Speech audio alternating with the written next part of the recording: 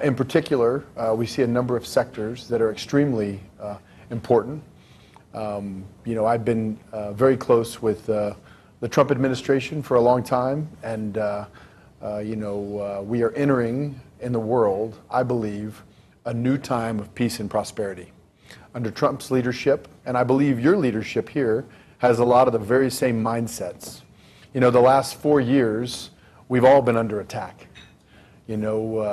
I think the stuff that the Biden administration did to Pakistan was absolutely disgraceful. It was something I'm incredibly embarrassed. If you look at the problems they caused, things like the Afghanistan pullout or lack thereof, absolutely terrible. And these are things that President Trump, is cleaning up, and he's brought in the right teams to clean these things up. I believe your leadership here in this country is very aligned and very like-minded, and I think it's very important that we build a very strong bridge between both of these groups. The Pakistan-U.S. relationships go back, many, many years. Someone was saying, even Jackie Kennedy was flying on Pakistan Airways. And so we view this as a huge opportunity, really a left and overlooked opportunity. I think there's a lot of misperceptions in the U.S. about Pakistan. I think it's a very misunderstood place. And, President Trump believes in economic diplomacy. And that's why we're here. We plan on investing billions of dollars in Pakistan across a number of different areas. Critical minerals and real estate are where we're going to start. From a real estate perspective, we've brought in our real estate development partners and are going to build some of the most high-end luxury properties that have ever existed in Pakistan. We're very excited about that, and we think the people deserve it. We're going to be using materials from Pakistan, and it's a very big opportunity. But critical minerals, real estate, energy, technology, AI are all areas that are really needed here. I even have friends in Texas who have their entire back offices outsourced to teams in Karachi. And I think that model is one that's really, really attractive and something that we're just getting started with. So with that, I'm happy to answer any questions. Sir. Yes. This is Adil from Dunya News. Yes, I heard of your interest in the real estate sector of Pakistan. Yes. Since you are one of the closest people of Donald Trump, do you see a real estate investment like the Trump Tower coming to Pakistan in the near future? Look, I would say, first of all, the Trump brand speaks for itself. It's one of the top global brands in the world. My hope is that with the work we're doing, we're setting a foundation for someday brands like that want to come to Pakistan. I don't believe there's any commitment today, but I would hope that with what we're doing and the close alignment of our two countries, that someday that could become a reality. Tariq here. I'm from Awaz News. Welcome you here. My question is, recently one of the close advisor and now the NY, Mr. Richard Grenell, has posted a series of provocative exposed demanding the release of one of the political leaders, one of the former prime minister, whose case were and still are pending in the courts, to release him. Don't you think that, and then later on he deleted all those posts. Don't you think that this is a clear intervention in our judicial system, and how you view this? First off, I think Rick Grenell is one of the finest people I've ever met. He's a true patriot, an American, and what Rick Grenell accomplishes on literally a daily basis, many people can't accomplish in a year. He's truly a remarkable individual. I would say, as it relates to that issue, look, I think he may have been misled. I also would tell you, he personally told me there are a number of deep fake AI presentations on the internet that have been made out there about that it actually is not true or real at all. So he's been disappointed, but I think Mr. Grenell, Ambassador Grenell, has a very clear, defined view, and I think he supports everything we're doing in Pakistan. This is Suhail Iqbal Bhatti, editor North GTV News. Mr. Jani, you were the director of finance of Donald Trump's presidential campaign in 2016. Yes. It shows that you are very close to him. My question is, are you going to take any important role in current government? In 2016, I had the blessing of serving President Trump. I was along with Tommy Hicks, I was the finance co-chairman for the campaign, and it was an incredible, life-changing experience for me. We have the most amazing president in the world, in America, and his ideals, his tenacity, his hard work ethic, I can only dream to match what he does on a daily basis. For me, I'm a businessman. I'm not a politician. The same reason I'm back here, just when I was here a couple weeks ago, getting stuff done. I'm not here to talk. I'm here to do. So I have no plans to take an active role in the administration whatsoever. My plan is to be the person in the field getting stuff done, working to deliver the economic diplomacy that America needs to bring to the whole world. And for me, Pakistan is one of those very unique opportunities that's been overlooked, and we hope to build a bridge. Because look, when you build a bridge in business, the government stuff becomes very easy. You know, when you have a reason to care about a place, a love of a place. I mean, the people I've met here are some of the best ever. They care about family values. You know, they care about having a job and working hard. They deserve the opportunities that the rest of the world is given. And your leadership here, from the time I've spent with them, believes that so strongly. They want to do whatever it takes to lift all the people up here. We're even talking about in our housing businesses, you know, we're bringing new technologies here with our partner to build low and middle income housing as well as the super high-end luxury housing on a scale that's incredible. This same technology, tunnel development, has been used in Turkey by President Erdogan very, very effectively. We want to bring the same technology here, use it in Pakistan, where you can build the structure of an entire 30-story building in a month. It's absolutely incredible. Very safe, very high-end feeling. And we're going to use that same technology here on the real estate side. And we're just trying to find the best avenues because we want as many Pakistanis as possible to be homeowners. Your finance minister is doing everything they can to bring interest rates down. Obviously, interest rates have just started to come down here. That's so important.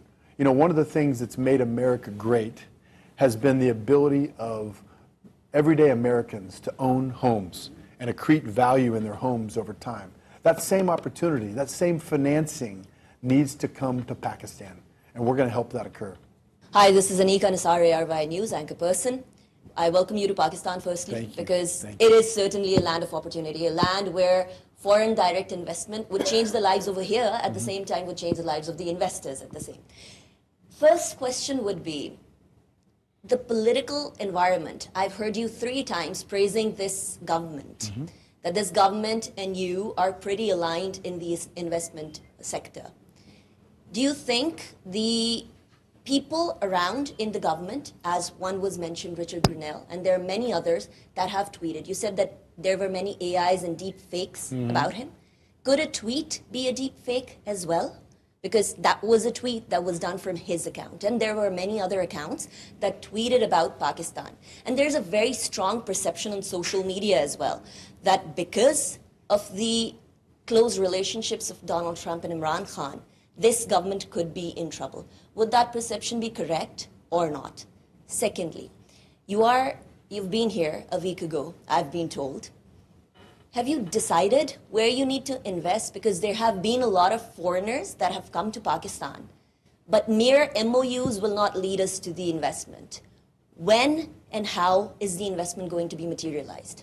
As it relates to tweets on Rick Grenell's account, I'm not going to, I believe Ambassador Grenell probably has a better understanding today than he did previously of the current situations here. I don't know Imran Khan or all the issues that existed in the past, but I've seen no evidence that our administration in the U.S. has anything but respect for the leadership here, period. with some of my own research that I've done, I think there were a lot of issues with that former prime minister, but again, that's not what I'm here to talk about. As it relates to investment, yes, we have several active ideas on where to invest. In real estate, you will see, I believe, agreements in the next 10 days signed by us, moving forward with several real estate projects, not just MOUs. Like you, an MOU is just a starting place. We had to kind of define what the parameters of the investment were, and now we're running hard on that. So we have a great team. Frankly, they've been burning the midnight oil every day. I think they barely have slept, working on plans, developments, infrastructure that's needed. And I think within the next 2 weeks, I've told them agreements better be signed. So that's very important. Real estate's going to be our first place of investment. It's going to be significant real estate investment. We are going to launch, among a few different areas, we're going to launch some incredible products.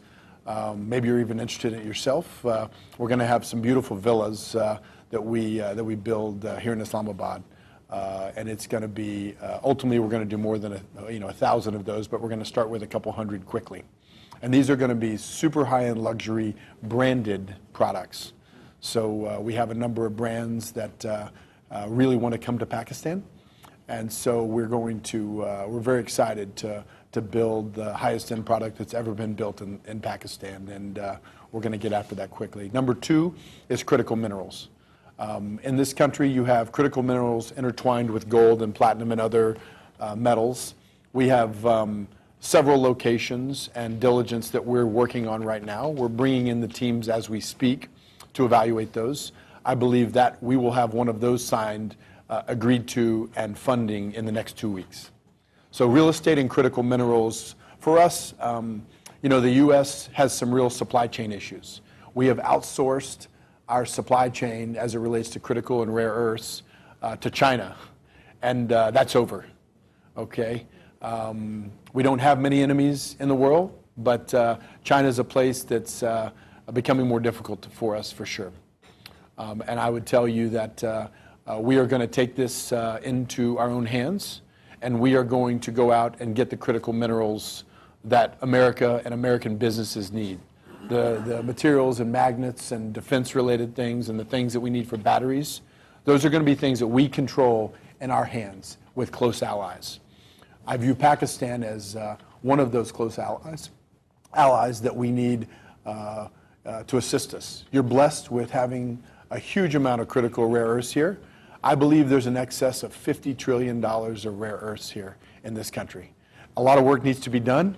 We're going to be bringing in shortly, and I was working on this yesterday, teams of people to evaluate and shoot magnetics, fly magnetics over the country to really understand what that looks like, so that we can evaluate it and quickly get after it. We have a couple smaller, mid-sized projects that we're going to be developing right away, that we're going to get after, that literally in the next month we'll be ordering machinery for.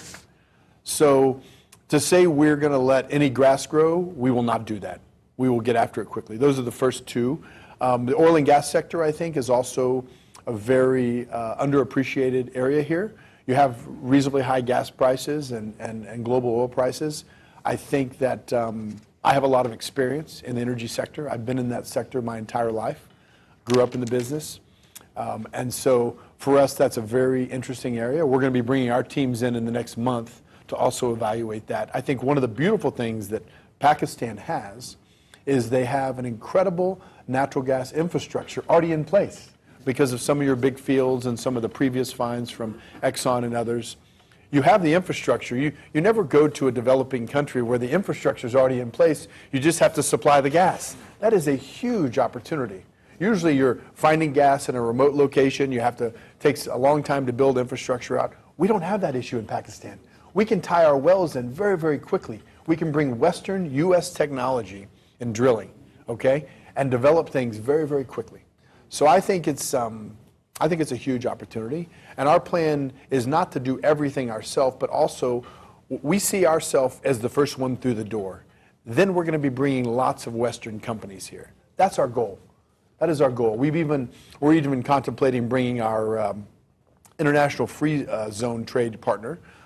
We are involved with a group called IFZA, IFZA.com. You can look at it, which is the largest free trade zone in Dubai. And we are looking at bringing that business to Pakistan and really creating a on-ramp to bring business to the country. That's what it's done. In Dubai, there's more than our IFSA opportunity is bigger than all the other free trade zones combined. It's got over 50,000 customers. Think if you go to those 50,000 customers and you say, hey guys, you can now come to Pakistan. You can now have offices in Pakistan within our offices. You can have infrastructure in Pakistan. You can put your back office here. You can bring technology. You can bring AI. We can set up data centers. It's an unlimited opportunity to harness. It's sitting there in front of us. We have to have the right political environment. We have to have the right partnerships. And I believe we see that opportunity here. So we couldn't be more excited. Hopefully that answers your question. Amir Ilyas from Express News. Wonderful. You just tell that Biden administration was disgraceful for Pakistan. Yes. And our leadership is very wonderful. How you see Trump administration will go with our leadership and with your investment plans? Well, whenever investment comes in, President Trump is first and foremost a businessman. He gets business. He's a transactional president. If U.S. interests and Western interests are aligned here and working hard and investing in the country, I see a real reason for the U.S. to get behind that. I think the mindset of your leadership and the mindset of President Trump are very similar. I think the opportunities between our two countries, from a business perspective, which is what I'm focused on, I'm not a political person. I'm going to leave politics to other people. But politics and business do mix from the perspective of having some support that's very, very key. And I believe that we will have the support we need here in this country, both from your administration and from our administration. I mean, just think about this. The U.S. needs all these critical minerals, as an example. Think of the opportunity not only to develop the critical minerals here, but also to have a midstream opportunity. We have talked to several partners on the midstream side, the people that would refine it, upgrade it, actually create the end products, and then deliver them to America. Think what that does for the supply chain and the partnership and the economic arrangement between our two countries. It makes it critical. So that's our goal. I think it's important that the minerals that are ultimately produced here are also upgraded here. You know, you're going to see Western interests, and U.S. interests in particular, move into a position of control and very active involvement for the first time in a long, long time. You know, I looked at getting very involved in the critical mineral space years ago, after the first Trump was elected, and it just wasn't the right time. But now is the right time. I think that the current administration has a very positive eye and a positive direction as to where Pakistan-U.S. relationships are going, and I think business here is going to be an important driver of that. So I would just tell you, I wouldn't believe the past. There's a new sheriff in town. That new sheriff is President Trump. President Trump wants to bring peace and prosperity to the entire world. This whole mindset of the Biden administration and the Democrats, the lives that they have cost globally, it is one of the most embarrassing things as an American I've ever experienced. And now is the time to set those things right. Look, the sacrifices that Pakistan has made, you know, Pakistan's lost over 80,000 men living on the front line fighting terrorism, okay? I think this figure is now 90,000, sir. Okay, so north of 80,000, 90,000, but you know what, even one is too many, okay? So I would tell you, for us, I'm very appreciative for your sacrifice. Many Americans are very appreciative for the sacrifice of Pakistan. Many Pakistanis live in America now. So there's a huge group of people out there rooting for the success between the U.S. and Pakistan. maybe some of those same people will come back and buy some of our villas so that we're going to build here in Islamabad. So I would just tell you, everything that happened prior to President Trump taking office, I would disregard it. And I would focus on what it's about to be. The future looks incredibly bright between our two countries, incredibly bright. I wouldn't be here if I didn't believe that. America cares about Pakistan. And I believe that together we can be very, very strong. And we need Pakistan. You are our front face in this entire region. Very important. And the Biden administration made a lot of mistakes, like the Afghanistan pullout. President Trump's made it very clear that he even wants that equipment back. You know, I think Pakistan could be helpful in that whole situation.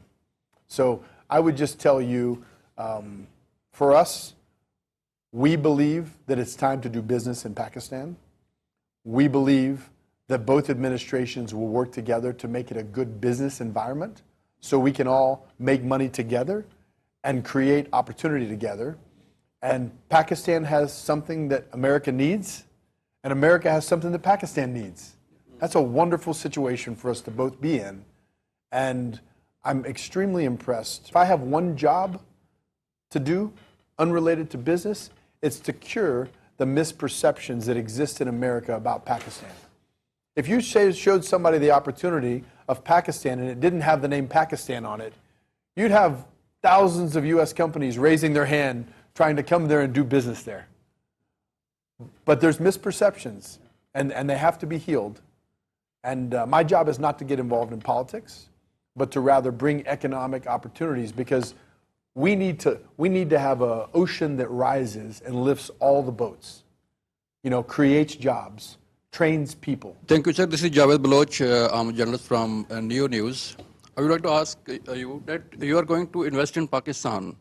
Do you think it's a stable Pakistan, and how important is stability for the investment, and do you think it's a good time to invest here? First of all, I view Pakistan currently as a very stable environment. I would say we wouldn't put our investors' capital at risk if we didn't believe that. I think it can continue to improve. I think, you know, things like interest rates need to come down, and they've started. Need to come down. I think the stranglehold that the IMF has had on Pakistan needs to change. I think the IMF needs to work closely from an economic perspective and allow Pakistan to grow properly. I think that's incredibly important. I think too much restriction on that is not healthy, and I think that's something that they really need to reconsider. It's very important because those limiting factors. Look, when President Trump comes into office in America, he cuts taxes, he reduces the overhead and the burden, he cuts government waste and spending, and guess what? Things grow. The Treasury ends up having more money because of economic prosperity. That's the same thing that needs to occur in Pakistan. Pakistan needs to do the exact same thing that America is doing. You know? President Trump's great leadership, and he's put some incredible people in place. You look at people like the Treasury Secretary, Scott Bessent. I mean, there's never been a more qualified Treasury Secretary, in my opinion, than Scott Bessent. Not in my lifetime, anyway. He's brilliant, absolutely brilliant. You look at some of the ambassadors that are being put in place. I think it's very important to get the right ambassador here in Pakistan. That's something that is really critical, and we need a business person. We don't need a bureaucrat. We are facing huge energy crisis in Pakistan. There is an infrastructure, but unfortunately there is huge unbalance between demand and supply. Yes. We have resources, but we have not such kind of expertise to explore and put in pipelines and other system, infrastructure to fulfill my requirement. And because of the energy, my economic structure is collapsed, almost collapsed. What are the plans and what America can invest in energy sector of Pakistan? And my second question is about AI, DeepSeek and co-pilot type things. We have huge human resource who can work on this. Yes. And they are seeking for job, but there is no opportunity in Pakistan. Let's talk about that. And energy plays an important part in that. Both, please, on both. Yeah, well, I'll be happy to go into both of them. So, Look, I've been in the energy sector my entire career. I grew up in the oil and gas business in Texas. I have a lot of experience. My family was involved early on in the Gulf of, what you're now calling the Gulf of America. It used to be the Gulf of Mexico, but we've rewritten it. Thankfully to President Trump, he's 100% correct. So in the Gulf of America, we were early adopters of drilling wells off of 3D seismic, okay? That is what made the percentage of success in the Gulf of America so high. In those kind of wells, you should have north of a 80% success rate, okay? Because, and technology's only dramatically improved since then. When 3D seismic came to the Gulf of America, it changed the whole environment. We have that opportunity now in Pakistan. You have a huge area right offshore that's completely undeveloped and underexplored. With 3D evaluation and reprocessing on top of that, I believe there's huge gas reserves and huge potential here. There's also some onshore that are deeper. We have the expertise to do that, absolutely. As I mentioned earlier in my speech, oil and gas is going to be something that we absolutely dig into. I have a team coming here in the next month to begin evaluation on that. So very exciting from that. And look, cheap energy, America has benefited from cheap energy, okay? It's American engineers know how to get stuff done, all right? We have to bring that same technology. And it's not only in America. There's some very smart groups. Even the Turkish have some great oil and gas companies that have been successful. You need many oil and gas companies coming here to develop this and to boost production. Currently in this country, there's a benefit of drilling shale gas, okay? We invented shale gas in America, okay? The shale gas revolution in America started with the Barnett Shale right out my back door outside of Dallas, okay? I grew up in that play. So I would tell you, right now there's a big premium placed on shale gas and a 40% premium. I think in the next 5 years, you won't even need to pay a premium for the shale gas because the economics will just work. So I think there's a huge opportunity to develop both oil and gas resources here. You know, it should have been done already, but I'm glad it hasn't been because it's a huge opportunity for us. We have the equipment to do it. We have the manpower. We would also use a tremendous amount of local labor in terms of doing those things, retraining people. And you know, it's something we're going to evaluate and be very public about shortly. So that's it. Going back to AI, I've been an investor in the AI and technology space for a long time. I can't really comment too much about DeepSeek. I know some of the things that have gone on and some of the issues and all these things. But I would tell you, if you have cheap energy and you build an infrastructure of data centers, now you have an environment where you can do things that are incredible. For example, we're involved with a company, direct gaming company called Boosteroid, okay? Boosteroid is one of the top direct-to-consumer gaming companies in the world, okay, number 3. And Boosteroid, it's very important not to have latency between the data center and the player.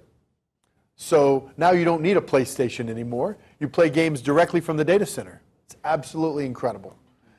We've been involved with this company for some time, and it's a huge opportunity. But you can't do that in Pakistan if you don't have the right data center. And you can't have the data centers if you don't have the appropriate power. We need smart entrepreneurs to bring platforms, to train people, to hire people, and to build huge opportunities as it relates to the human, you have the human capital here is the most undeveloped in the world relative to how talented they are.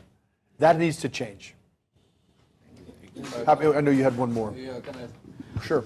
Sir, you are planning to invest Pakistan. Pakistan is the agriculture country. I'm sorry? Agriculture country, Yes, Pakistan. yes. We have 1,000 acres land in Pakistan. Do you have any plan to invest in agriculture and livestock or tourism also? So I'm getting after it as fast as I can here, guys. You know, we've got teams executing and moving forward.